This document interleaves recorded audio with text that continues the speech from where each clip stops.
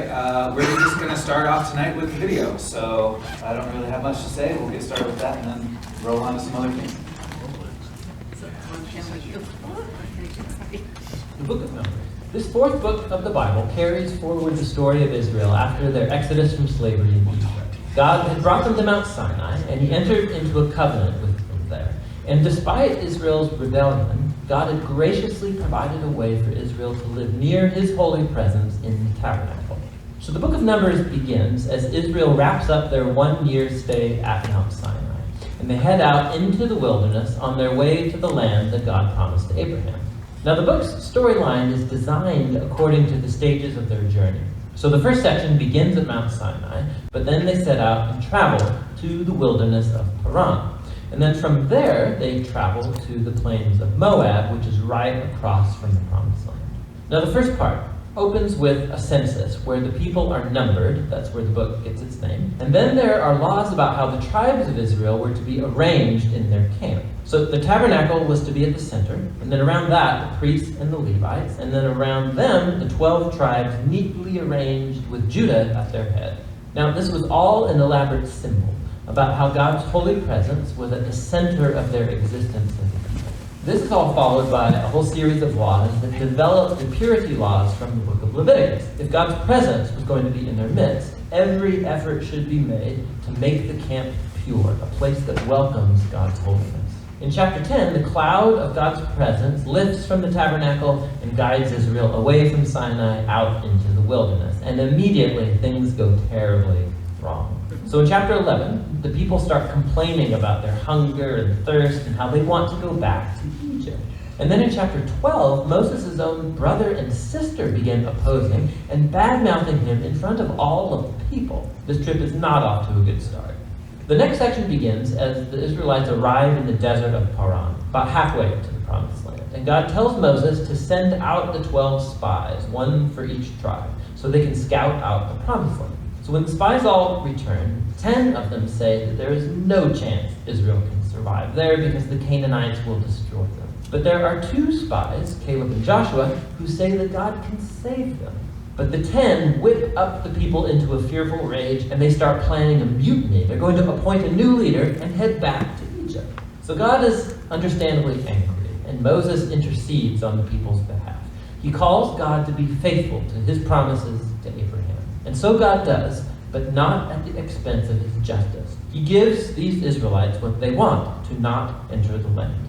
And God sentences this generation to wander in the wilderness for 40 years until they die. Only their children will get to enter the Promised Land. Now you'd think this severe consequence would wake them up, but it gets even worse. So in the next story, there's a whole group of Levites that begin a rebellion. And they challenge Moses and Aaron's leadership, saying that they have gone way too far. So God deals severely with these Levites, and he renews his commitment to Moses and Aaron as Israel's leaders.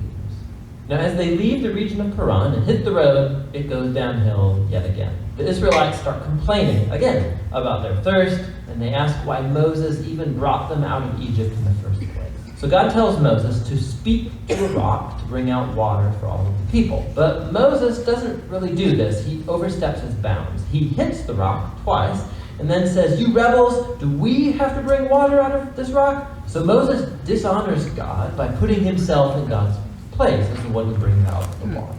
And so Moses brings down on himself the same fate as the wilderness generation. He too will die in the desert and never get to enter the Promised Land. After this, the Israelites rebel yet again. And God brings a very strange judgment on them.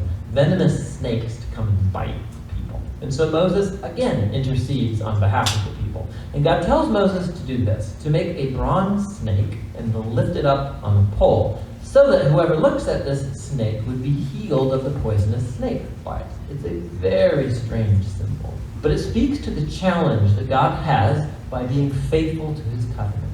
He's right to bring justice on the Israelites' evil and sin. But even God's justice gets transformed into a source of life for those who will look to God for healing. From here, the people head into the plains of Moab. And the first main part of the section focuses on the strange figure of Balaam. So the king of Moab is freaked out at this huge group of people traveling through his territory. So he hires a pagan sorcerer, Balaam, to pronounce curses on Israel. And 3 different times, Balaam finds that he cannot curse them. He can utter only blessing upon Israel. Remember God's promise to Abraham in Genesis 12. So not only can Balaam not curse Israel, but God actually gives him a vision about a future Israelite king who will one day bring God's justice to all of the nations. This vision recalls Jacob's promise to Judah in Genesis chapter 49. Now it's worth stopping to reflect on the flow of the book so far. The rebellion stories in the wilderness, they just heap up on one another, getting worse and worse. And while God does bring partial acts of judgment on Israel, he's also kept showing mercy, providing food and water along the way. And so the Balaam story, it shows God's grace in bright colors. Because here's Israel. They're down in the camp, grumbling and rebelling. But up in the hills, unbeknownst to them, God is protecting and even blessing them. And it's this contrast between Israel's rebellion and God's faithfulness in the wilderness. That's what made these stories so important for later generations of Israel. So the wilderness stories are retold time and again by later biblical prophets and poets, and even by the apostles in the New Testament. And these stories always serve as a warning that while God will remain faithful to his covenant promises, he will also allow his people to walk away in rebellion and face the consequences. After this, the rest of the book focuses on the children of the wilderness generation, and they begin preparing to inherit the promised land. They take another census of the new generation, then they go on and win a number of battles with the people groups around them, and then a few tribes even begin to settle in the promised land. So the book ends with the new generation poised to enter into the land, and Moses is about to deliver his final words of wisdom and warning. But for now, that's what the book of Numbers is all about. Okay, good overview? Ready to get deeper? Not yet. Okay, I want to do a different little bit of overview by first kind of going back and talking about Leviticus some more. So the Torah is 5 books, right? And as we were studying Leviticus, we kept exploring the chiastic structure, right? So do you know, you guys all, I had someone ask me last week, they said, you used a word that I didn't know, it was chiasm. And I think a lot of us know what chiasm is, but is there anyone, in case there is, if there's anyone who doesn't know what chiasm is, I want to just show you this. There's a Greek letter, the letter is chi, and it looks like this. Looks a lot like an English letter, right? So what this is we would spell it like that, chi. And what a chiasm is, or a chi-ism, is when you have something like this Greek letter that can be divided right down the middle and folded over on top of itself, and it's what's the word for that? It's symmetrical. It's symmetrical. And so when we're talking about chiasm, we're talking about the symmetrical nature of a literary writing. So Leviticus, as we pointed out all throughout the book, is symmetrical. What was at the center of Leviticus? Day of Atonement. The Day of Atonement. Am I right about the middle here? Where am I? There I am. Okay. So right about in the middle of Leviticus, we have the Day of Atonement. What was on each side of that? Sacrifices? The purity laws. On the front end were the laws of ritual purity. Remember, you can't have leprosy and go to the tabernacle. You have to eat certain foods. If you become unclean with food, you can't go to the tabernacle. On the other side was the moral purity, which was the, don't have sex with your mother-in-law thing. And on the outside of the purity laws were the priestly laws. On the top end, we had 8 through 10, which was the consecration of Aaron and Nadab and Abihu and Eleazar and Ithamar, and then the death of Nadab and Abihu. And on the back end was the laws regarding the holiness of the priests. And then at the front and back were ritual laws. On the front end were the ritual sacrifices. And on the back end were the ritual feasts. And then, of course, we had that little bit at the end where we had the conditionality of the covenant set forth, Leviticus 26. And then we had that almost like a last-minute sticky note addition in Leviticus 27 with the laws about vows that we talked about last week. So Leviticus was a chiasm, right? You guys who read Who Shall Ascend the Mountain of the Lord, this may not be news to you, but Exodus and Numbers also fold over on each other at the center point of Leviticus, so that within the Torah, these books, Exodus, Leviticus, and Numbers, don't do that, that's not what I wanted. These three books can fold over on top of each other and form a literary structure. So if we were to break down the book of Leviticus, and I think we can break it down into three parts. Sorry, I said Leviticus. I meant to say Exodus. If we break down the book of Exodus, I think we can break it down into three parts. Where is Israel when the book of Exodus starts? They're in Egypt. So the first part is about liberation from Egypt. After they're liberated from Egypt, they travel through the wilderness. And where do they travel to? To Sinai. And the third part of the book all takes place in Mount Sinai. If you take the book of Numbers, where is Israel when the book of Numbers starts? They're at Sinai. They leave Sinai and they do what? Travel. Through wilderness. And then they get to Moab. The plains of Moab. Who's the king that wants to destroy Israel in the plains of Moab? Have you read that far yet? Do you know? Balaam. Balaam is the prophet that he hires. Balak, you're absolutely right. Balak is the king. Who's the king that wants to destroy Israel in Egypt? Pharaoh. So here and here, you have Pharaoh and Balak folding over on top of each other. When they're traveling through the wilderness and the people start to complain and they start to whine, why did we leave Egypt? What did they want? Food and water. Food and water. So they start complaining for water. And what does Moses do? By striking a rock. And they're traveling through the wilderness here in Numbers and they start complaining for water. What does Moses do? He wasn't supposed to this time. He was supposed to talk to it. But they complain for water and he strikes the rock. And there's some disagreement among interpreters whether he strikes it twice or strikes it a second time. Okay, doesn't matter. And then they complain, again, they complain for food. And what does God give them when they complain for food? Manna and quail. Okay, and over here, they complain for food. And what does God give them? Quail again. Okay, so it's folding over on top of itself. Who do they run into right after they leave Egypt?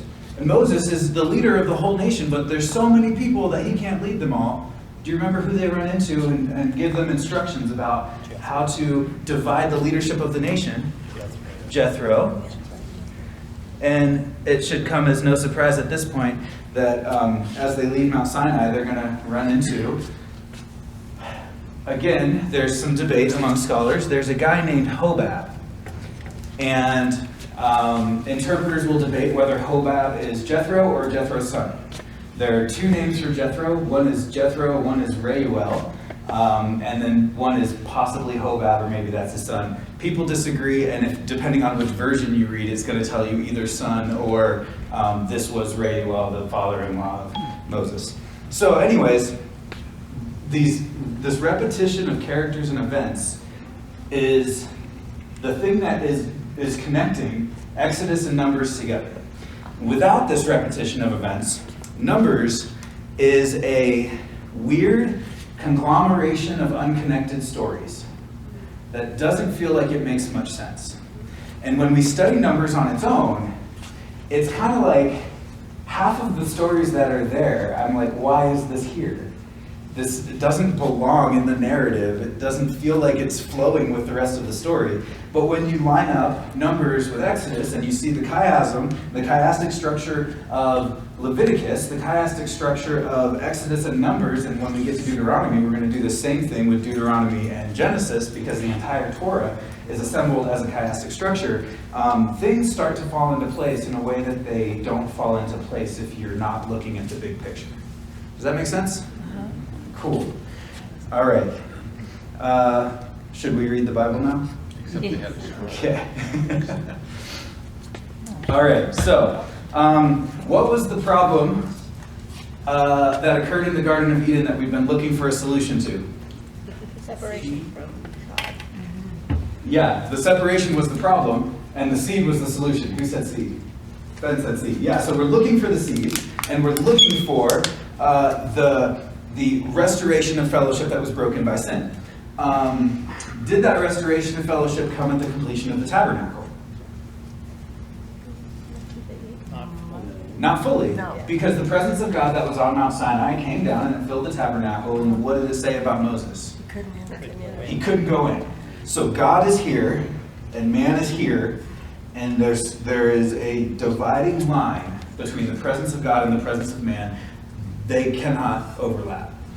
Leviticus comes along and does what Leviticus does, whatever that happens to be, and you guys know, but I'm just talking in code because I want to make a point about Numbers. Leviticus comes along and does what Leviticus does, and here's what Moses does. Here in Numbers 1, verse 1, the Lord Yahweh spoke to Moses in the wilderness of Sinai in the tent of meeting. So what did Leviticus do?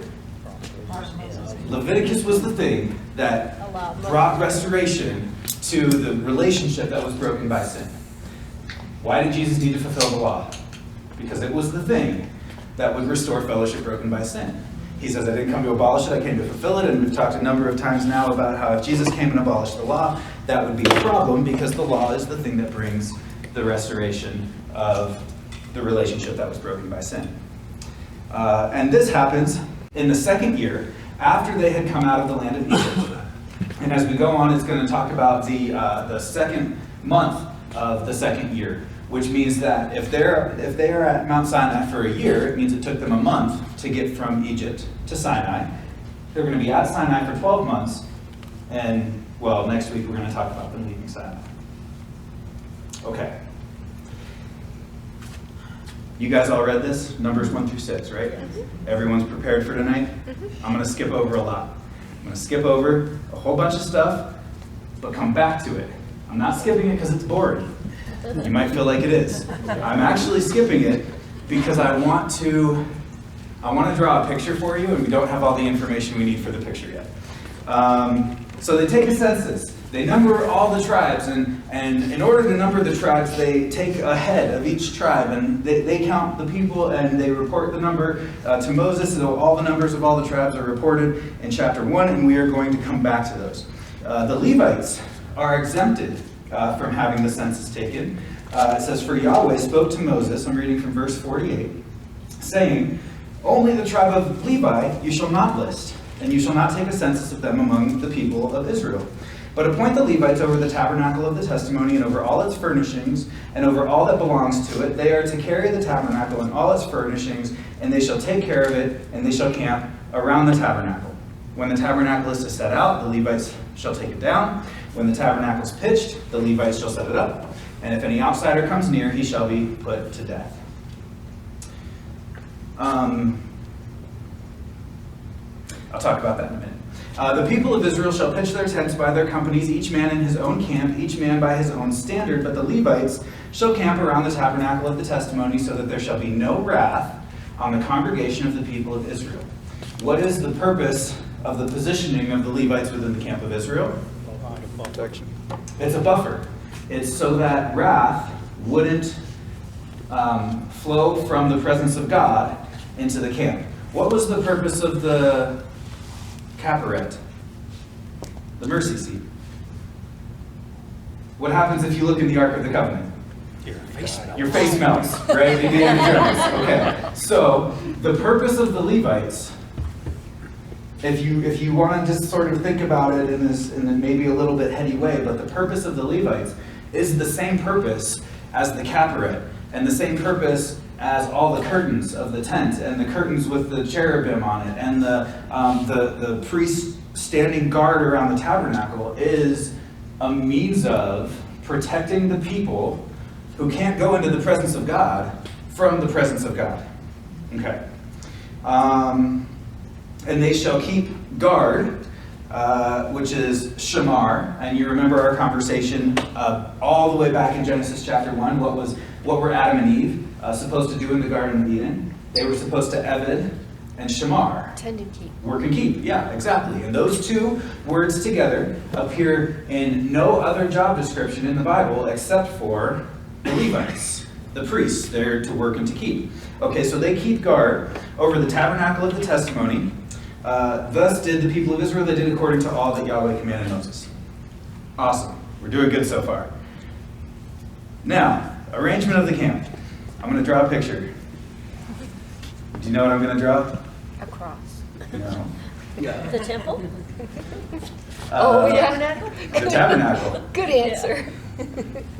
It's like we've been doing this for a bit now. So I'm going to try to, it's going to be a little bit smaller than normal because we're going to draw all around it. What's this? In the front? Altar. Altar. What's this over here? The basin for washing. Uh-huh. And then right over here, what's this? The light stand. The lamps, yep. And what's this? The Table of showbread. What's right here? altar. Altar of incense. And what's in here? Ark of the Covenant. And over the Ark of the Covenant, the presence of God. Okay. So, we're going to talk about the arrangement of the camp.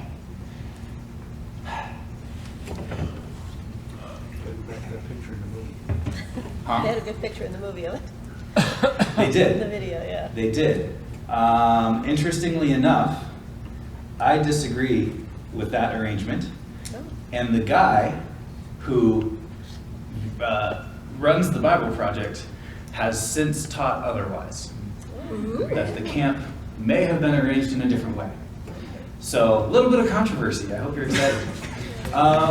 Okay, so the Lord spoke to Moses, saying, "The people of Israel shall camp each by his own standard with the banners of their fathers' houses. They shall camp facing the tent of meeting on every side. Those to camp on the east side, toward the sunrise, shall be the standard of the camp of Judah by their companies." Okay, so there is one standard on the east side of the tabernacle. And 3 tribes are going to camp under that one standard. And it's going to be the standard of Judah. And the chief of Judah is Nahshon. He's the son of Amminadab. And he's got this large company. Okay. I think I need a volunteer. Okay. Actually, if you can follow quickly with me on the page, I don't need a volunteer, and we can do this. All right. So, on the east side, I need a smaller pen, and I need to zoom in. Okay, actually, before I put the east side, who camped around the tabernacle? Levites. The Levites. Okay, so you have this layer around the tabernacle. This is the camp of the Levites. On the east side is the camp of Judah. Judah. And how many people were in Judah? 74,600. Who does it say next? Issachar. Okay, now this is where the controversy starts to happen. I'm going to write this in a way that you might not be expecting, and we'll talk about it when we're done. I'm going to put them right up here. Issachar, how do you spell that? Double S-A-C-H-A-R. And he had 54,400 people. And then is Zebulun. I'm going to put him right down here. Zebulun had 57,400. I don't have dyslexia when it comes to words, but numbers get me. So I'm like really trying hard to not say anything wrong with these numbers. So you have seen, most likely, maybe you haven't, I don't know your life. You have probably seen pictures that look something like this, except, clearer. And it shows the tribes of Israel camping around the tabernacle, and it looks like a cross. Okay. I don't think that this was the case. You can disagree with me. You are free to do so. I want to be very clear, as with pretty much everything I say, except Jesus saves. Don't disagree with that. You can disagree with pretty much everything I say. I don't think the people of Israel would have camped in a cross. So, do you notice if you look at the very bottom of this picture how they make Judah a little bit bigger than all the other tribes? Well, Judah did have the most people, but do you know who had the second most people? Dan had a lot of people. So if you actually were to size these portions of tribes according to the number of people that number says they have, it really wouldn't look that much like a cross. So already, we're kind of drawing it in a way that favors what we think it ought to be, rather than, I think, what Scripture is really telling us. When Israel sets out from Mount Sinai, where are they going? The wilderness, enemy territory, right? They're going to Moab, they're going to go through Edom, they're going to go through nations of people who want to kill them. Don't you think it would be a little silly to put some people on the outskirts of the camp instead of in a place where everyone is defensible? What does the cross mean to Moses? Nothing. To think that the cross means something to Moses is it's a literary fallacy that we call anachronism. An anachronism is when you take, for example, because I looked it up today and I was like, that's a great example, I'm going to use it.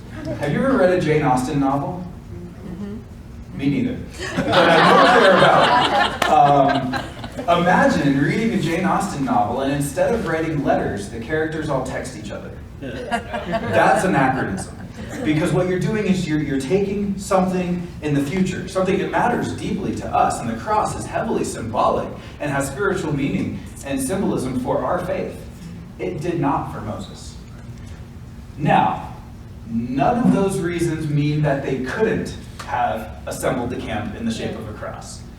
But I don't think, if I want to do justice to the writing of Moses, and I know that Moses was looking forward to a future Messiah and had faith in a future Messiah, but he doesn't know what the cross is. He doesn't know about Roman crucifixion. He doesn't know about how they're going to, what's the execute? He doesn't know about execution methods that aren't going to come around for thousands of years, right? And so even if he did, that'd be a pretty weird thing to make your camp look like. Is an execution method of another nation.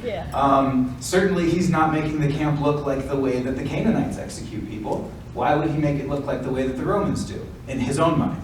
Now that's not to say that this didn't happen, because we know that Scripture is written just as much by God as it is by man, right?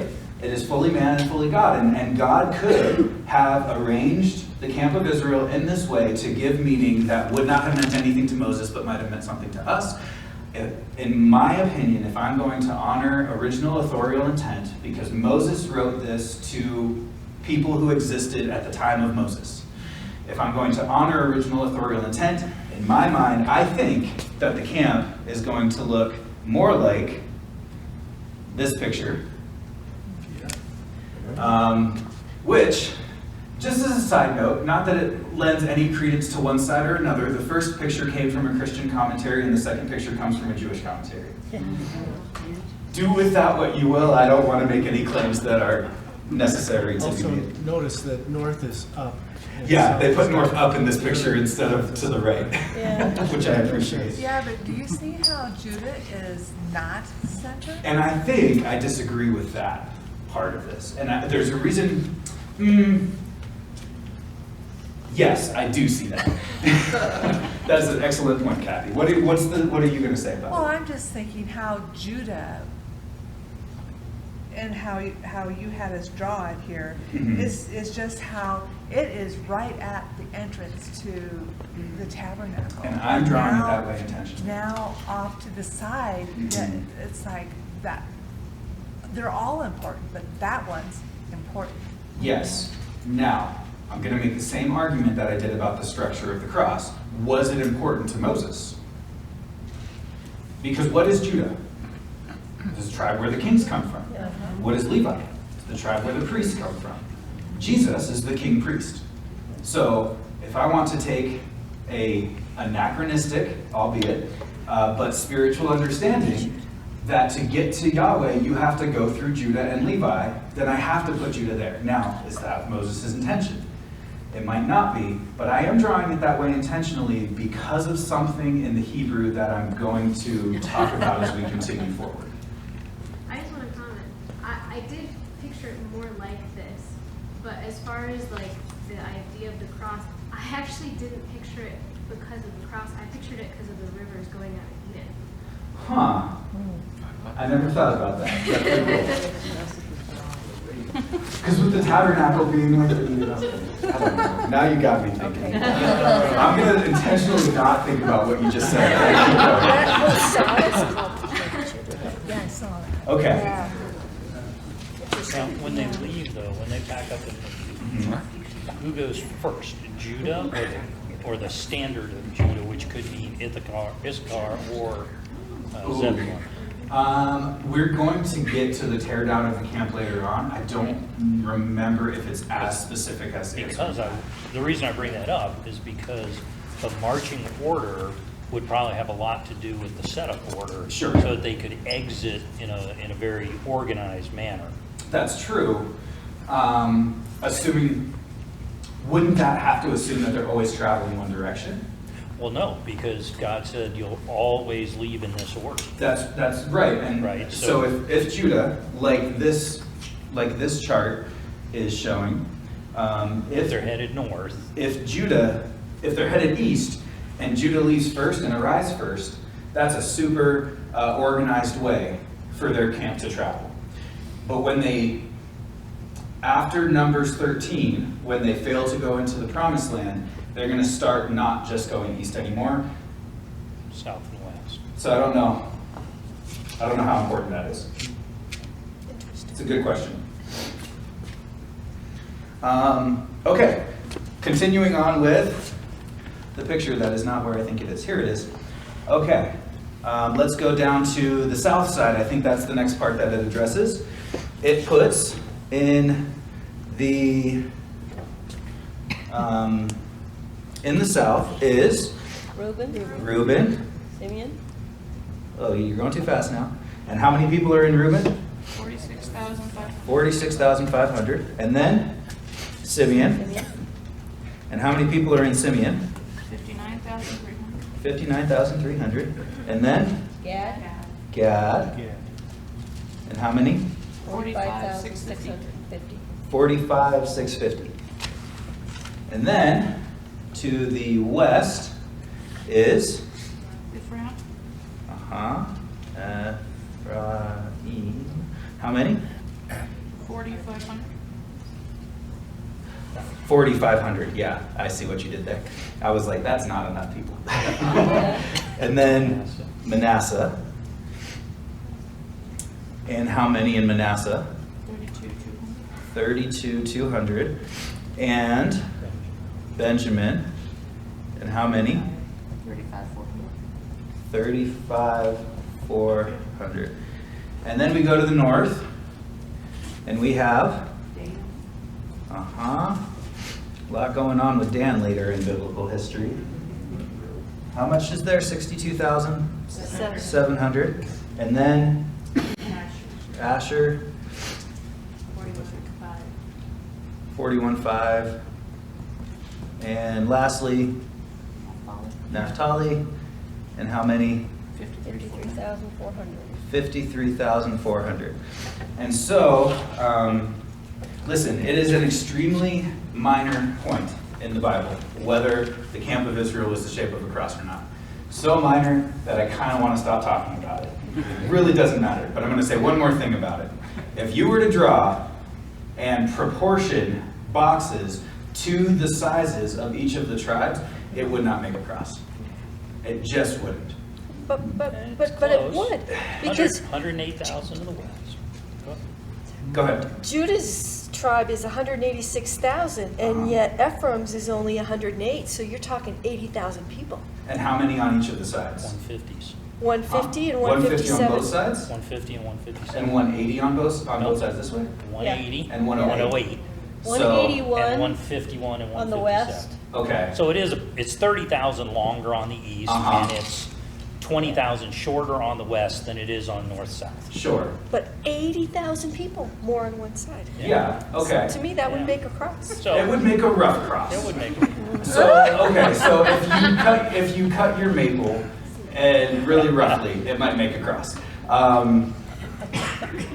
I'll take it. You can take it. I think that I would rather not deal with the problem of anachronism than I would say the picture of Israel looks like the cross.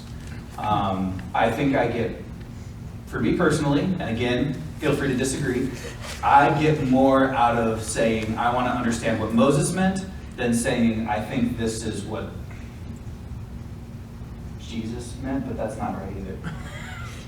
I don't know how to say that. I hope you understand what I'm getting at, and if you disagree, feel free to disagree. Let's move on. So can I ask one Yes. more question on this? Go ahead. On the west side Uh-huh. are Rachel's children, Joseph and Benjamin.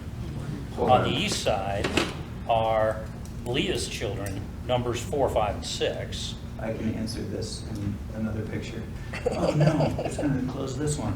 That's okay. We'll just save it on the We all have desktop. Bibles, we got it. Yeah, but okay, so My here's question is that Leah. Well, Zilpah only had two. Rachel had Joseph and Benjamin, right? They're all west. and Joseph was split into Ephraim and Manasseh. So yes. And then you have Dan and Naphtali, and they're both north. Who's north with them? Asher. So Zilpah and Bilhah are on the north side, but Gad is on the south side. And that's Zilpah. Okay. Yep. So, sorry. Doesn't really quite. Yeah, I don't know. I wouldn't put anything on that. Are Reuben, Maybe Simeon, and Levi all in the? Oh, Levi's in the middle. That's right. Levi's Yeah. around the tabernacle. I got you. Mhm. I'm gonna close this now. Yeah. Okay. Yeah, that doesn't really I look. Go ahead. was going to point about when you're drawing the temple and the Levites and Yes. everything, you drew the temple, then you put the Levites in and you drew a square, and I don't think for security reasons that would necessarily be a square. Most likely it would be a circle. Yes. And they would all be fanned out. I don't think that there Absolutely. would be any corners, because that would be really dangerous. You're right. 100%. That has more to do with my bad artistic ability than a theological point, but you're 100% correct.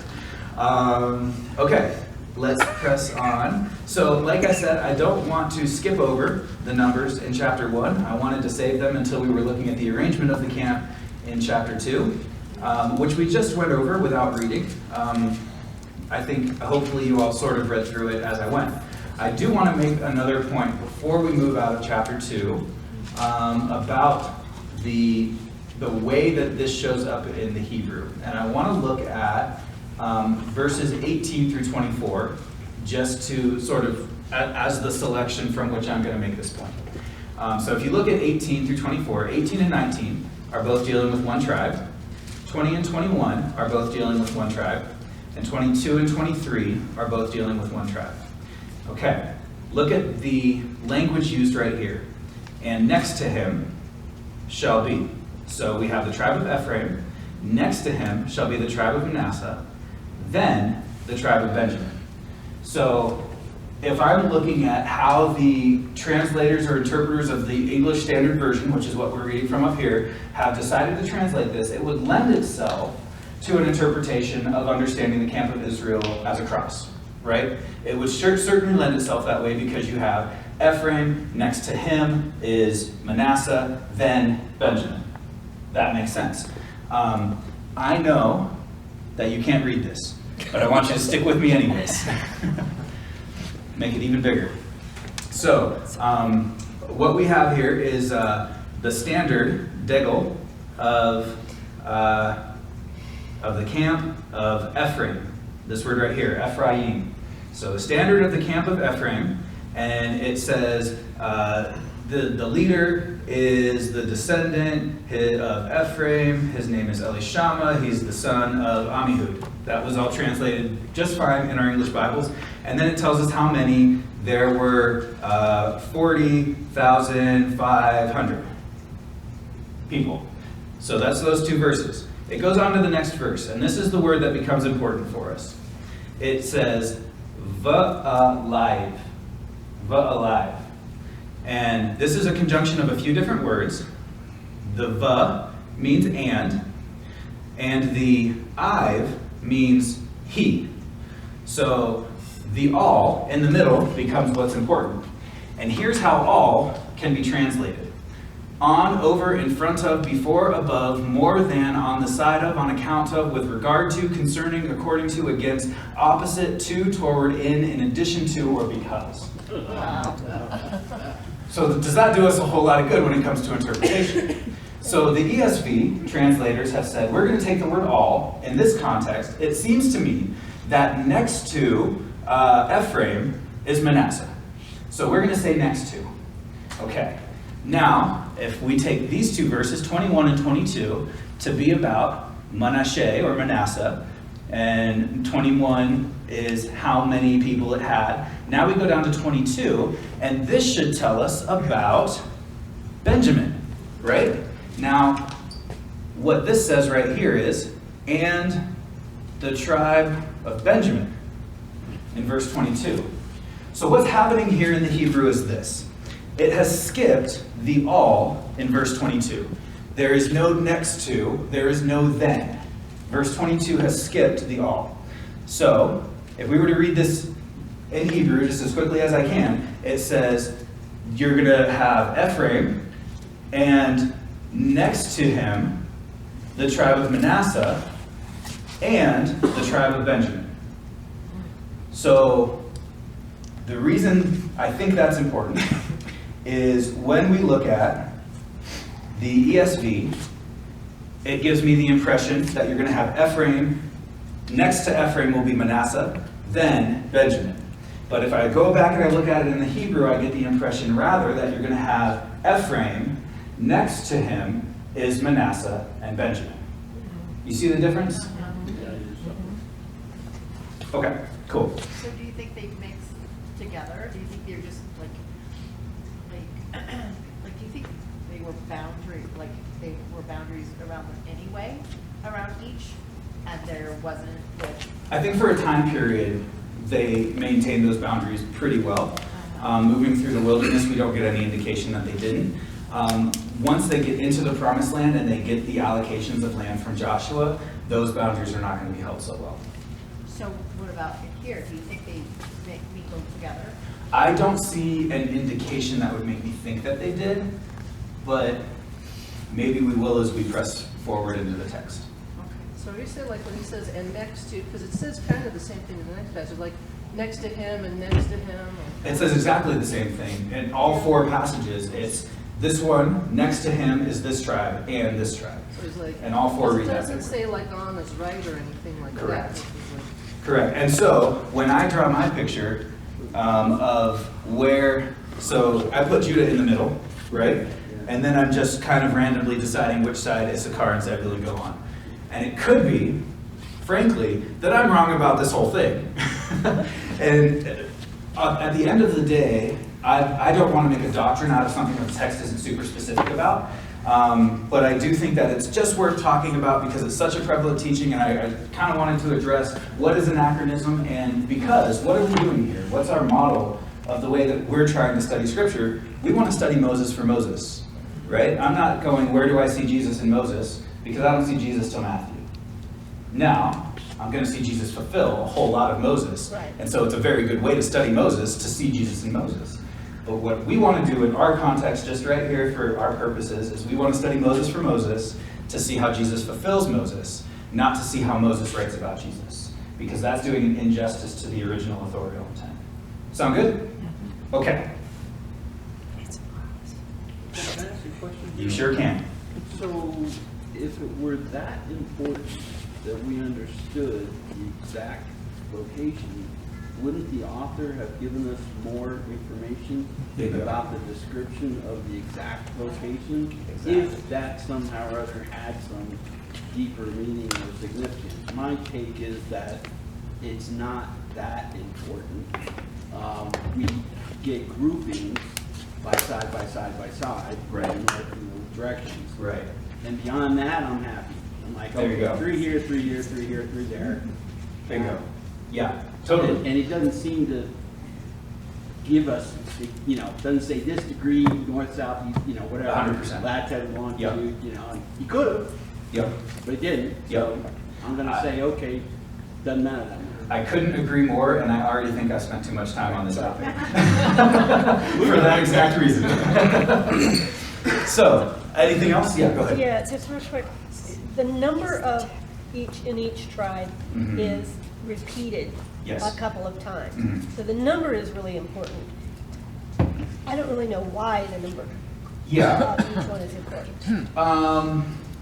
I think that sometimes we put more import on repetition than Hebrew people did. Okay. And the reason why it's recorded multiple times is it's recorded in the census, then it's recorded again in the arrangement, and then it's going to be recorded again in how they set out from camp. And then they're going to take another census in Numbers 26 of the new generation of people. So I think that sometimes we go, oh, it's repeated, it's important. That's not always the case with Hebrew writing.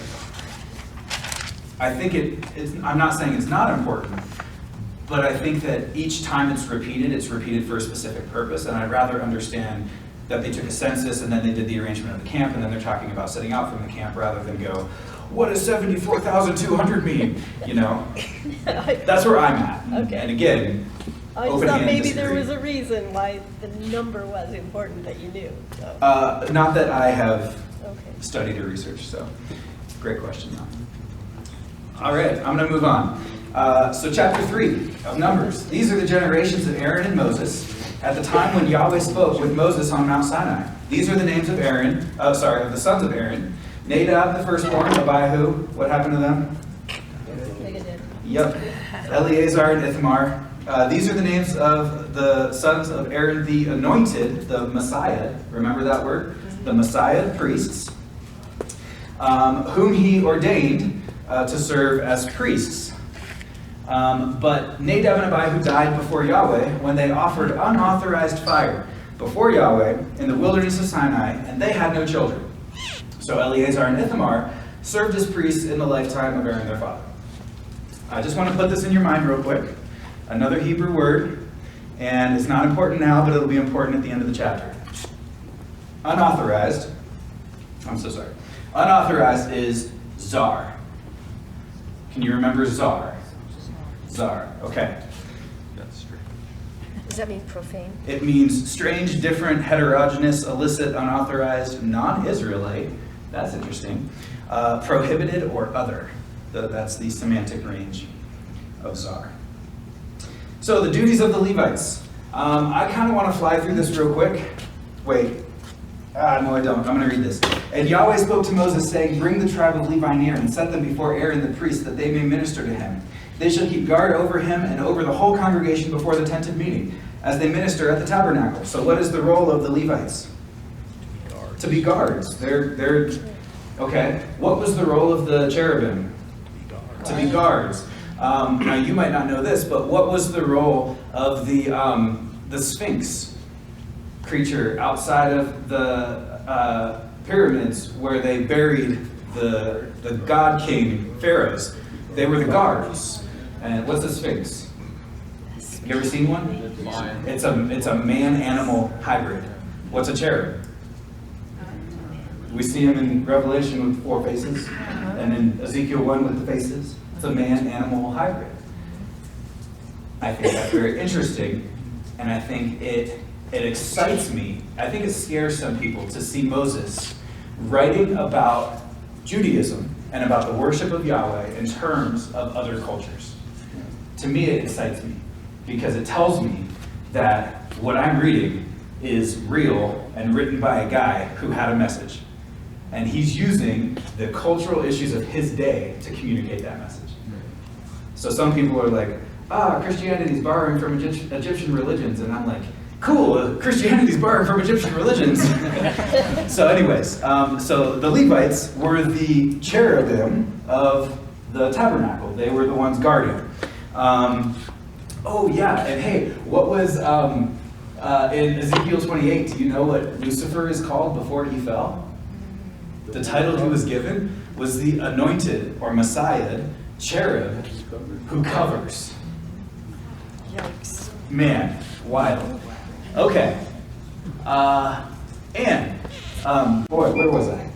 8, they shall guard all the furnishings of the tent of meeting and keep guard over the people of Israel as they minister at the tabernacle. And you shall give the Levites to Aaron and his sons. They are wholly given to him from among the people of Israel. And you shall appoint Aaron and his sons, and they shall guard their priesthood. So the Levites guard the tabernacle, and Aaron and his sons guard the priesthood. But if any outsider comes near, he shall be put to death. And the Lord spoke, Yahweh spoke to Moses, saying, Behold, I've taken the Levites from among the people of Israel instead of every firstborn who opens the womb among the people of Israel. The Levites shall be mine, for all the firstborn are mine. On the day that I struck down all the firstborn in the land of Egypt, I consecrated for my own all the firstborn in Israel, both of man and of beast. They shall be mine. I am Yahweh. Why does God own the firstborn? Because to free his people, he destroyed the firstborn of their captors. Captors, yes. By not killing the firstborn of Israel in the 10th plague, those firstborn belonged to Yahweh from that point forward. And what he's saying here is, I'm going to give those ones back to you in exchange for the Levites. And this trade... He chews it up, too. He what? He chews it up. Yeah. Yeah, he does. He does. Evens it up. Okay, Yahweh spoke to Moses, list the Levites, tell me how many there are. And he goes to the 3 different tribes of the Levites, from Gershon, from Kohath, and from Merari. And those 3 tribes, I just skipped over it, but it tells us where they camp as well. So within this, I'm going to say circle of the Levites, Merari camps to the north, and Kohath camps to the south, and Gershon camps to the west, and then Aaron and his sons camp to the east. So we're getting now, I think, and again, I might be wrong, I might be totally wrong, but I think we're getting a pretty complete picture of what the nation of Israel looked like as it made its way through the wilderness. Okay, those can't fit. Verse 40 of chapter 3, and Yahweh said to Moses, list all the firstborn males of the people of Israel from a month old and upward. And he does it, and there's 22,273.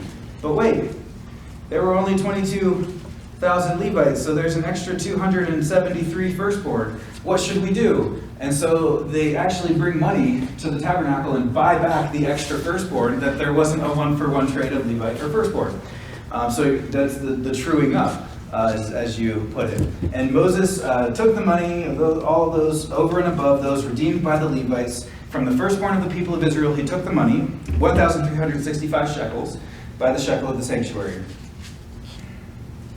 Where'd they get money? Shits. The Fed. They made it themselves, that's what we do. They printed it. No, remember that they plundered Egypt on the way out, right? Yeah, okay. And Moses gave the redemption money to Aaron and his sons according to the word of Yahweh as the Lord commanded. So we have these 3 groups within Levi. So, I sometimes make the mistake, maybe you do or maybe you don't, of thinking that Levites are priests. But the ones who served as priests, the ones who cut up animals and put them on the altar and made atonement, those were Aaron and his sons. And that lineage maintained that priesthood. The rest of the Levites, they did serve in the tabernacle, but it's a different role. And chapter 4 of Numbers is what's actually going to describe this role. And so if you look at verse 4, it says, this is the service of the sons of Kohath in the tent of meeting, the most holy things. When the camp is to set out, Aaron and his sons They go in and they cover everything. Why do they have to cover everything? So they'll die when they see it. Yeah, okay, so if we jump ahead to verses 17 through 20, it's talking about the service of the Kohathites, and it says in verse 18, "Let not the tribe of the clans of the Kohathites be destroyed from among the Levites, but deal thus with them, that they may live and not die. When they come near to the most holy things, Aaron and his sons shall go in and appoint them each to his task and to his burden, but they shall not go in to look on the holy things, even for a moment, lest they die." So can you think of a time, what's the question? Where have I seen this before? Can you think of a time where someone went into a place and looked on something that was uncovered and got a curse? Yup. Noah. And who went in? Ham. And who was cursed? Canaan. This doesn't say that Aaron and his sons are going to go in backwards and put a curtain over the ark, right? So it's not exactly the same situation, but it's really reminiscent of that in my mind. And man, it really plays into that idea of atonement. If there's not a covering between the ark, the thing that is carrying the very presence of God, and the people who are going in to carry it, even the people who are going in to serve the Lord, will be put to death if they don't have atonement. You see that? Okay. So the Kohathites are going to carry the articles of the worship in the tabernacle. Let me make sure I get this right. The Merarites are going to carry the poles, the bars, the pillars, the bases, all the structure of the tabernacle. And the Gershonites are going to carry all the curtains and all the veil and all of that stuff. And then, so that's the roles of the three tribes of Levi. And then, of course, what we already talked about, when the tabernacle is set up, rather than carrying like they would when they were moving, they're the guards of the tabernacle. So imagine what would happen if someone tried to come into the tabernacle from over here. Based on what we know about the tabernacle, what happens to the person who tries to come in from that side? They die. Why do they die? Because they're not supposed to be there. They're full of sin. Yeah, they're full of sin. What do you have to do to approach the presence of Yahweh? You come in with your sacrifice, and there has to be the blood, and there has to be the fire. There has to be, remember, the flaming sword that goes every direction. You have to go through the cherubim. You have to wash yourself in the basin, the water for purification. Nope, that's later. Thought I forgot to talk about something that's coming up. You die. So rather than God killing them, like Nadab and Abihu, he commissions these Levites who live all around the tabernacle, and he says, if anyone tries to approach it, you kill them. They're dead. And so it's that protection of the holiness of God. But is it? It's the protection of the holiness of God, but it's also the protection of man from the holiness of God. Okay. How you feeling? Good. So you're saying the Levites need to kill them so they don't get in trouble? Yeah, you kill them so they don't die. Yeah. Great. Okay. Don't taint holiness. So, I almost decided to open Numbers by talking about Numbers 19. I changed my mind because I want to do things in order, and I want to read it how Moses wrote it and understand Moses on Moses' terms, and allow him to take us on a tour of his theology. But man, Numbers 19 is so important. We're going to talk, I'm going to bring it up a couple times in these next couple chapters. Unclean people.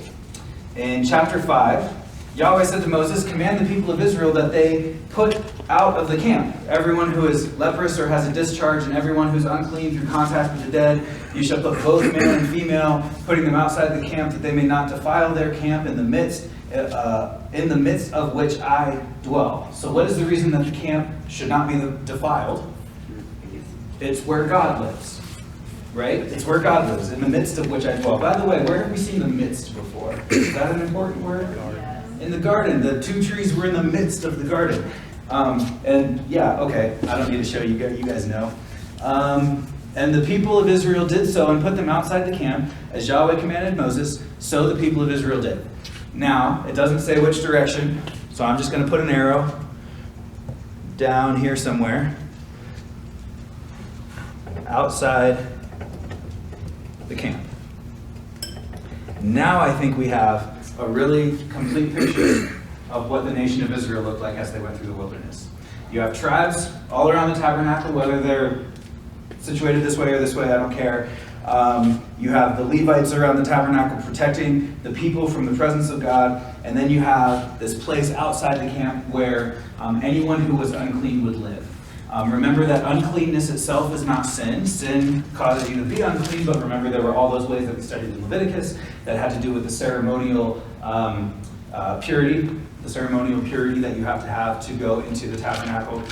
Things like not touching unclean food, not having contact with death. It wasn't sinful to have contact with death. If your parents die, you bury them. But you can't go straight from burying someone to worshiping God in the tabernacle. You have to go through this process of purification. The process of purification is Numbers 19. For you guys who don't know, I'm going to just give you a quick overview. There are 5 articles that were brought outside the camp and burned. The first one is a red heifer. And it had to be burned with cedar wood and hyssop and scarlet yarn. Those 4 things were all burned together. And then they would take the ashes of that fire and mix it with running water. In Hebrew, the word is living water. In other words, they couldn't take it from a puddle. They had to take it from a spring, from a river, something that was a moving source of water. The idea is living water. And man, I think there's a lot of spiritual significance and salvation to what's going on there, and how, not in how Moses wrote about Jesus, but in how Jesus fulfilled Moses. See what I did there? And that okay. With that water that was then mixed with ashes, you had to be washed. A priest would come out to this place outside the camp and would wash you on the 3rd day, and would wash you again on the 7th day. What's 3 and 7? Where have we seen that before? Pattern of 3 and 7. 7 is the completion. Creation. The pattern of 3 and 7, right? Creation. It's the creation story.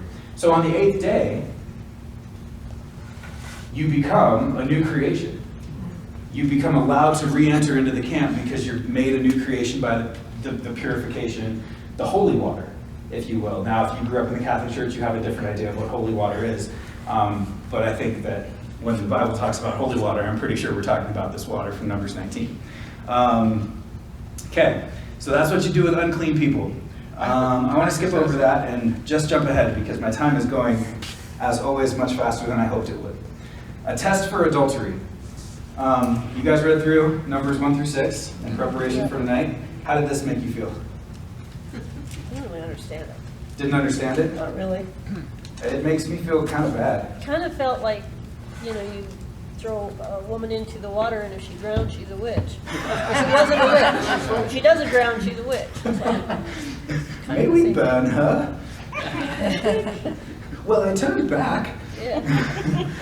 Okay, so a test for adultery. And Yahweh spoke to Moses, saying, "Speak to the people of Israel. If any man's wife goes astray and breaks faith with him, if a man lies with her sexually, and it is hidden from the eyes of her husband, and she is undetected, though she has defiled herself, and there is no witness against her, since she was not taken in the act, and the spirit of jealousy comes over him, and he is jealous of his wife who has defiled herself, or if the spirit of jealousy comes over him, and he is jealous of his wife, though she has not defiled herself." In other words, if he thinks that something has happened, whether it has happened or not, this is what he's supposed to do. Okay. We do live in a patriarchal culture, but not to this extent. We don't live in this type of patriarchal culture. Verse 15, "Then the man shall bring his wife to the priest and bring the offering required of her, 1/10 of an ephah of barley flour. He shall pour no oil on it and put no frankincense on it, for it is a grain offering of jealousy, a grain offering of remembrance, bringing iniquity to remembrance. So is this a pleasing aroma?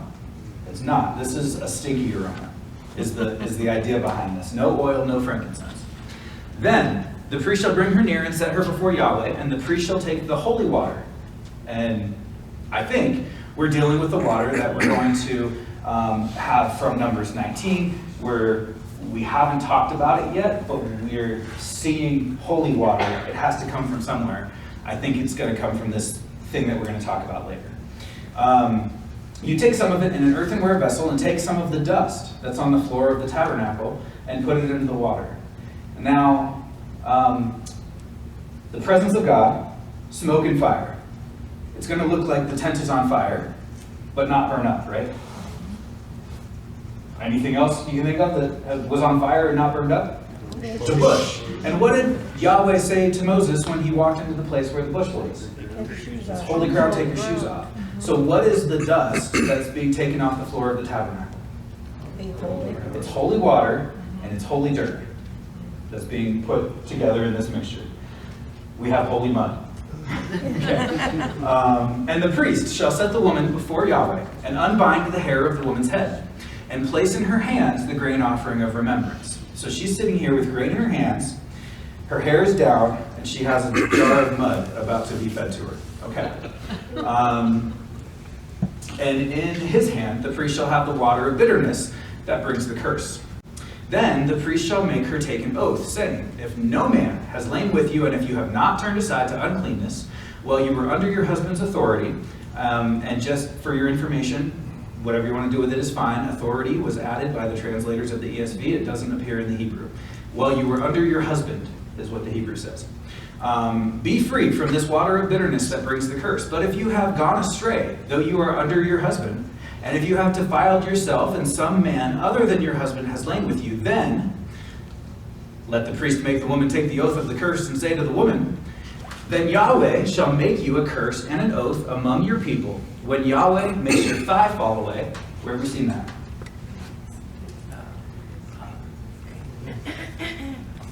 When he made that vow, did he put his hands on the thigh? Is that what you're Oh, you're talking about a different thing. Oh, okay. The thigh shriveling. Think about it that way. Jacob wrestling with God, right? So her thigh is going to fall away, and her body will swell.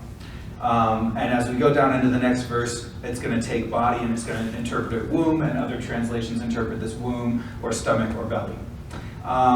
May this water that brings the curse pass into your bowels and make your womb swell and your thigh fall away, and the woman shall say, Amen, Amen. It's not specific, explicit about it right here. What happens if her womb swells? Can't have kids. It's going to make her barren. It'll be specific about that down below, but it's not specific about it here. Then the priest shall write these curses in a book and wash them off into the water of bitterness. So now you have the water, probably from the Numbers 19 sacrifice, with dirt mixed into it, and now you have ink. I don't know, ink, maybe not ink, probably not ink. I don't know how else you would wash off words into water. Not sure what that looked like. But he would write words in a book, wash those words off from the book into the water. And he makes the woman drink the water of bitterness that brings the curse, and the water that brings the curse shall enter into her and cause bitter pain. And the priest shall take the grain offering of jealousy out of the woman's hand, and shall wave the grain offering before Yahweh and bring it to the altar. And the priest shall take a handful of the grain offering as its memorial portion and burn it on the altar, and afterwards shall make the woman drink the water. And when he has made her drink the water, then, if she has defiled herself and has broken faith with her husband, the water that brings the curse shall enter her and cause bitter pain, and her womb shall swell, and her thighs shall fall away, and the woman shall become a curse among her people. But if the woman has not defiled herself and is clean, then she shall be free and conceive children. So that's where you get the explicitness of the swelling of the womb would mean that she would not conceive children. This is the law in cases of jealousy. When a wife, though under her husband's authority, or though under her husband, goes astray and defiles herself, or when the spirit of jealousy comes over a man and he is jealous of his wife, then he shall set the woman before Yahweh, and the priest shall carry out for her all this law. The man shall be free from iniquity, but the woman shall bear her iniquity. At first glance, that doesn't make me feel very good, right? Maybe it does to you. I don't know. I don't know your life. But think about this passage in terms of justice. In that culture, what does a woman have going for her? Can she work? If her husband leaves her, she's done. Like if there's no one to take care of her, then she is useless in that societal context. She can't make money, she can't provide herself a home, she can't get food, she can't support kids, she can't do anything. So, if a husband suspects his wife of cheating on him, and as we go on in the Torah, we're going to get to Deuteronomy chapter 24, which outlines the biblical reason for divorce, and by the way, matches Jesus' explanation in Matthew 19 that the only reason for divorce is adultery. If a man suspects his wife of committing adultery, should he leave her? Not without evidence. And what Numbers 5 is giving us is evidence. So that if she has done that, she becomes a curse among her people. Because of her sin, she becomes someone who can't work, who can't provide for her family. But if she hasn't done that, if all that's going on in her life is the accusation, an unfounded accusation of sin, then she shouldn't be put into a place of not being provided for. She shouldn't be divorced if adultery hasn't happened, because in Deuteronomy 24, that's the only biblical reason for divorce is adultery. Well, if a man gets suspicious, if a man gets jealous, y'all know any jealous men? Yeah. If a man gets jealous and suspects his wife of something, he might be tempted to act on that suspicion and that jealousy without having evidence if there wasn't a law for providing evidence so that a woman who is innocent can get justice. So this is her only equity, really, because she has no equity in court. She has no standing there against a man. Women have no standing in court. So this is the only way for her to have an equitable settlement of it. And she will either be cursed by her own sin, her own disobedience, Deuteronomy 28, Leviticus 26, or she will be provided for.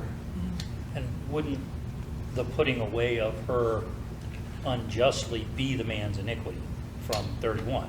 Ooh, so yes. he will be free of this iniquity if he follows the rules. Yes, exactly. Exactly. But the woman shall bear her iniquity if she didn't. Yeah. If she did follow the rules, then she's restored to a husband who's kind of a jerk, but still. How you doing? I just think that if God was in control of this, God knows whether or not she was innocent. And maybe the drinking the mud wouldn't be as terrible for somebody that was innocent. No, it said it would cause pain if she had committed, I forget how it said it, but if she had said it would cause bitter pain. So if she was innocent, it wouldn't be as much of an ordeal. Yeah, then it's just dirty water, I guess. Because what is it? I mean, ultimately, it's just dirty water. It's not that bad. It doesn't, whether you sinned or not, dirty water is dirty water, right? It's not that the water is doing some mystical thing. It's that God is giving them this thing through which He is going to enter into the situation to bring truth into chaos. Right. The water doesn't do anything special, it's just water. And same thing, killing a goat doesn't do anything special, it's just killing a goat. But God is entering into the situation to bring peace out of chaos. Back when Abram and Sarah, when she laughed when the Lord told them, it's the same. I mean, He has complete control over the woman. Totally. Is there anything you say about it?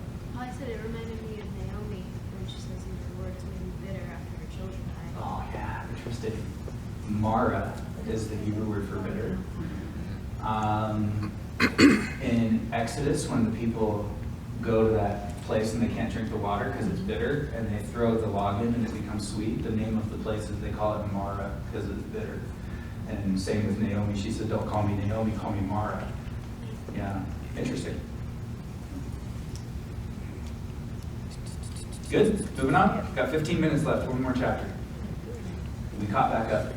When she's put away, the woman, she goes to the outside of the camp as well. I'm not sure, did it say? I don't think it said. So she's the good. Yeah, and she becomes a curse among her people, which kind of makes me think that she wouldn't be put outside the camp, but that she would sort of almost be an example. Like made it Yeah, within. basically, yeah. How else would she live? Yeah. I thought the punishment for adultery was stoning. No, we don't have that yet. Does that not come in? Has it? Was that back in Leviticus 17? I don't remember. This is a situation where you don't have like eyewitnesses. You don't have eyewitnesses, So yeah. I guess it's saying that even this isn't enough to. The last, Yeah, the last. I don't know. Look it up and get back to me. I don't remember. Do you think Joseph made Mary do it? Do I think Joseph made Mary do it? Ooh, I think he probably would have been within his rights to. It's not recorded, so I'm not going to say yes or no. But if he was, he could have had Mary do it according to the law. He could have. He wouldn't need to, though. She was already pregnant. Her womb was already swollen. Yeah.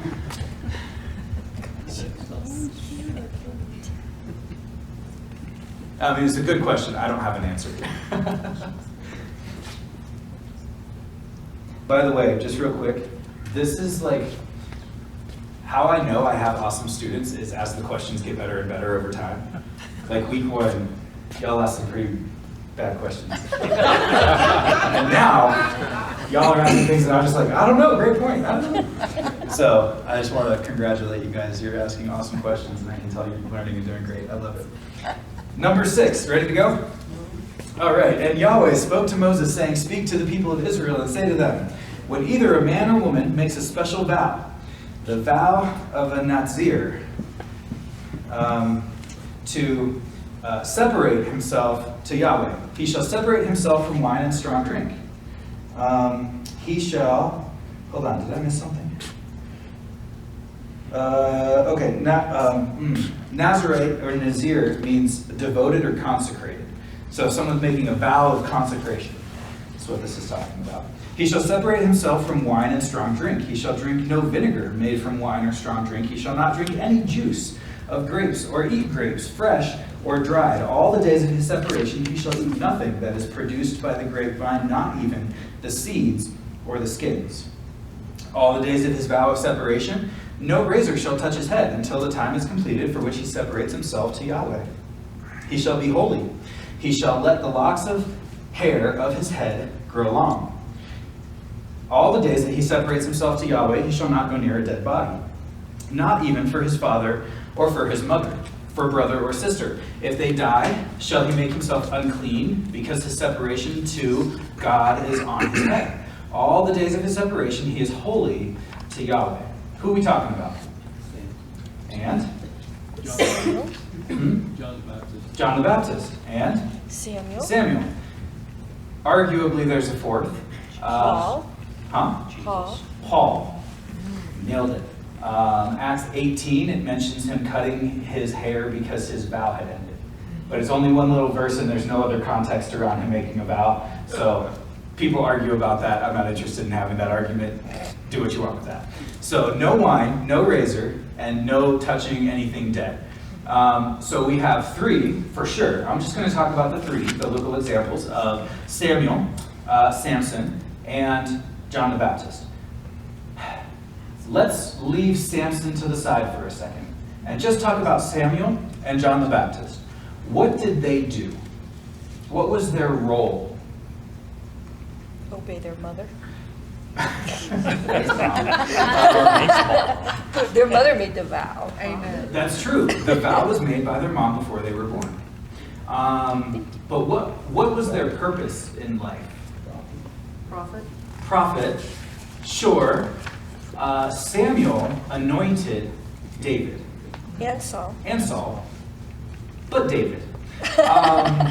John the Baptist baptized Jesus. And the Spirit descended like a dove, and you see the washing with water and oil, Exodus 29, the consecration of the priests. We've talked about all that before. It seems to me that if I take the purposes of the two people who appear to have done it right, Samuel and John the Baptist, and I say, what is the purpose of a Nazirite vow? Because it doesn't say in what we just read. It didn't say why someone would make a vow. It didn't say when someone would make a vow. It just said, if someone makes a vow of consecration, this vow of the Nazirite, here's what they do and here's what they don't do. They don't cut their hair, they don't drink wine, they don't touch anything dead. Why would someone make this vow? It seems like if I look at those two people, I might be able to put together an argument that the purpose of the Nazirite vow within the redemptive story was the anointing or the Messiah-ing of the king priest. What do you think? Because David, well, he was a king, but didn't he also eat the bread that only the priests were allowed to eat? What did Jesus say about that? Did he condemn David over eating that bread? He sure didn't. What did Saul do that got him to not be king anymore? He made sacrifices. He didn't wait for Samuel to make the sacrifices. He took on the role of a priest rather than be given it, and God was disappointed in him for it. David was given the role of a priest in addition to the role of a king, and Jesus fulfills the king, priest, Messiah figure of the Old Testament. So it seems to me that if I just look at that, the purpose of the Nazirite is to Messiah anoint the king priest. How about Samson? I think he broke every one, didn't he? He broke every one of them. So it's not specific, I think, that he drank wine, but he ate honey, which is weird because it's not, it doesn't grow on the vine, but it does ferment. And so I wonder if the prohibition of within the Nazirite vow against the fruit that grows on the vine would also be applied to honey. I thought Samson was eating grapes as he walked along the way. He did walk through a vineyard. Yeah, and I thought it said he was plucking the grapes and eating them as he went. I hope you're right, because that just makes it all the more Judges 13. It's in Judges, yeah, it's 13. Anyways, so he breaks all three. He goes to the lion, he touches the dead body of the lion, right? The Delilah thing with the cutting of the hair, you guys probably know that story. And then the eating the grapes. So Samson essentially breaks all three. What does, he's the first one, because he was the time of the judges. Samuel didn't come along until the kings were about to be put into place. And then John the Baptist doesn't come along until later. It's always hard to kind of have those what ifs when you're reading the Bible, but I have to wonder how redemptive history would be different if Samson was more like Samuel. I don't know, just a what if. Samson had a pretty good redemption at the end of his life, though, because he pulled a house down on himself and killed all the Philistines in it. That's pretty cool. That's such a boy thing to say. And so if you're a Nazirite and someone dies behind you and falls on you, you have to start your vow over. On the day of your cleansing, which is the 7th day, on the 8th day you bring 2 turtle doves or 2 pigeons. What's the thing that cleanses you and purifies you on the 7th day, and then the 8th day you re-enter the camp? It's talking about Numbers 19. It's the purification from death and being washed in the holy water, if you will. He consecrates his head that same day. He separates himself to Yahweh again. And that talks about all the sacrifices that he makes. Verse 21, this is the law of the Nazirite, but if he vows an offering to Yahweh above the Nazirite vow as he can afford, in exact accordance with the vow that he takes, then he shall do in addition to the law of the Nazirites. I skipped over a thing I really didn't want to skip over, but I don't have enough time if we're going to cover Aaron's blessing. I told you to remember Czar. You can forget that. We'll talk about that later. We'll talk about maybe next week. Don't worry about remembering that just yet. Okay, Aaron's blessing. Exodus 20, Israel has arrived at Mount Sinai. God's going to give them the 10 Commandments. The 10 Commandments act as, now that we've been through Leviticus, we can see how the 10 Commandments act as a summary statement of all of these laws that are going to come after them. The first 4 deal with your relationship with Yahweh. The last 6 deal with your relationship with other people. It's the Tzedakah and Mishpat, really. It's righteousness and justice, right? Because how you treat other people is justice. Was it number 3? don't take Yahweh's name in vain. That's number 3, right? Because number 4 is, yeah, anyways, doesn't matter what number it is. Don't take Yahweh's name in vain. What does it mean? Don't take the Lord's name in vain. We've talked about this before, right? We've covered this. I think it means don't try to imitate or to take other gods before him. Sure. Put no other gods before me is another one of the commandments. And I think they're related for sure. You're saying you follow after God, but you don't actually. Exactly. You're saying you follow God, but you don't actually. What does it mean to take Yahweh's name in the first place? Like, not even take his name in vain. What does it mean to take Yahweh's name? To put yourself at his level.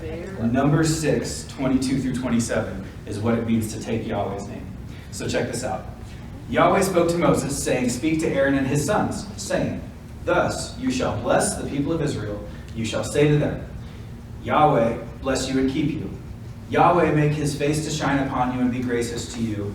Yahweh lift up his countenance upon you and give you peace. So they, the priests, Aaron and his sons, shall put my name upon the people of Israel, and I will bless them." I think that's really important. For Yahweh to put his name on the people of Israel, doing it through the mediation of the priesthood, by the way, and it is that name being upon them or on them that blesses them. If they take that name in vain, it would be to break the covenant. I mean, we spent last week talking about Leviticus 26 and the blessings for obedience and the cursings for disobedience. To take the name of Yahweh in vain is to be disobedient to the law that he gave you so that he could put his name on you in the first place. So, as we walk forward into the biblical history, and in 722 AD, the northern 10 tribes are dispersed by Assyria, and in 586, I said AD, I meant BC, and in 586 BC, the southern tribes are taken into captivity in Babylon. The reason for that, it actually says, all the way back in Deuteronomy 28, is that God is going to do that if they sin. So do they take God's name in vain?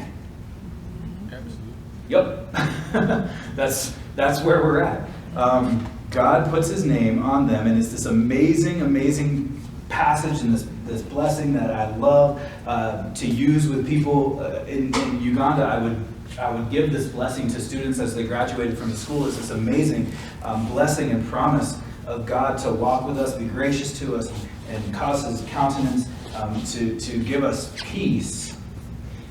And like, man, Israel just takes the best thing that ever happened and turns their back on it.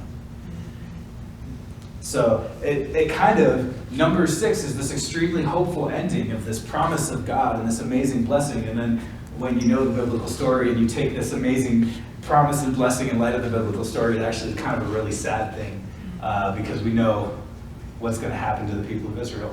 Then, of course, we know that God's not done with Israel. In the end times, he's going to bring them back to himself, which is this amazing picture of a reconciliation. So I guess it is a happy thing. But that's sort of the biblical story. It's like, yeah, we're happy. Oh, no, we're sad. Yeah, we're happy again.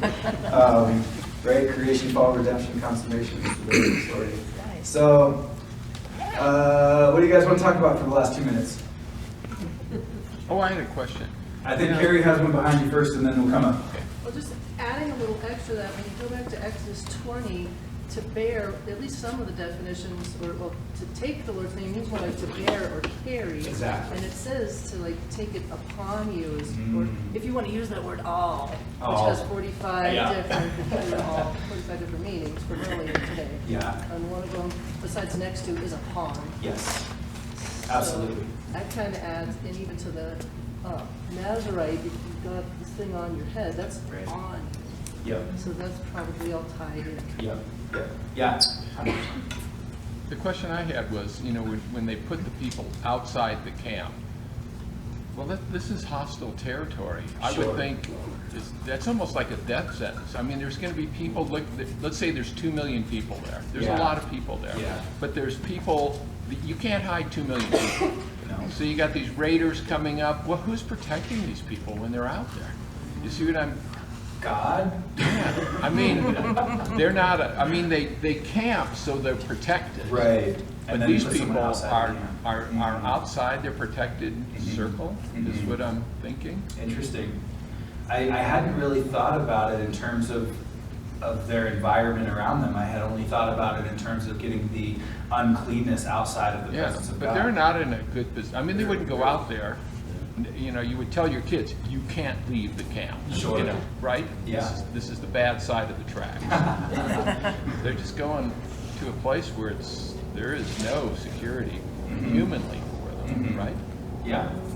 It's an interesting point. I hadn't really thought about the outside the camp place that way. I just think about the goat led outside into the wilderness. It's going to die. Isn't that spoken of when they get picked off by the Amalekites? You know, the people that are straggling in the back were the ones that got picked off. Back in Exodus 17. Yeah, you know, so I think when you're at the perimeter, you're more at risk of getting picked off by the enemy. I wonder, okay, so I might go a minute long now. I wonder if, because people heard about what the Amalekites did, God says to Moses in that situation, write this down. It's the first, occurrence of the mention of the writing of Scripture within Scripture. It's Exodus 17. And God says to Moses, write this down so that everyone for all time remembers that I'm going to wipe out the Amalekites for what they did. They get to Jericho years in the future, and Rahab has heard of these people. So I wonder if other nations have heard about what's going to happen to the Amalekites, and maybe that acts as a deterrent of some sort. I don't know. So thanks for letting me go a minute long. Bob, will you pray for us? Sure. Thank you. Dear Lord, just thank you for this opportunity tonight to have been led in your word by an excellent teacher. And Lord, thank you for your word and how it does penetrate our hearts and our minds. And we particularly appreciate the interaction that's allowed, that we can discuss these things amongst ourselves and have debate but not dissension. Lord, thank you for just your word and for the complexity and yet the simplicity of your word. And Lord, your structure that John pointed out to us and the Pentateuch is amazing, and just to further ponder that will be wonderful, Lord. And thank you for this opportunity to gather together, and we look forward to continuing to meet and learn your word. And please open our hearts and our minds so that we may learn it. Fill us with the Spirit that will speak to us in a way that we can more fully gather and understand this word. And thank you for that blessing that John pointed out to us. And it's a wonderful blessing, Lord, and thank you for the way that you gave that to us. And when it's ever spoken, it's a fantastic thing to hear and to have prayed over you. So I would pray that all of us have an opportunity to do that for somebody in the not too distant future if we really want to cheer them up. Just pray for all those things in Jesus' name. Amen. Amen. Thank you, Bob. I did notice the grapes.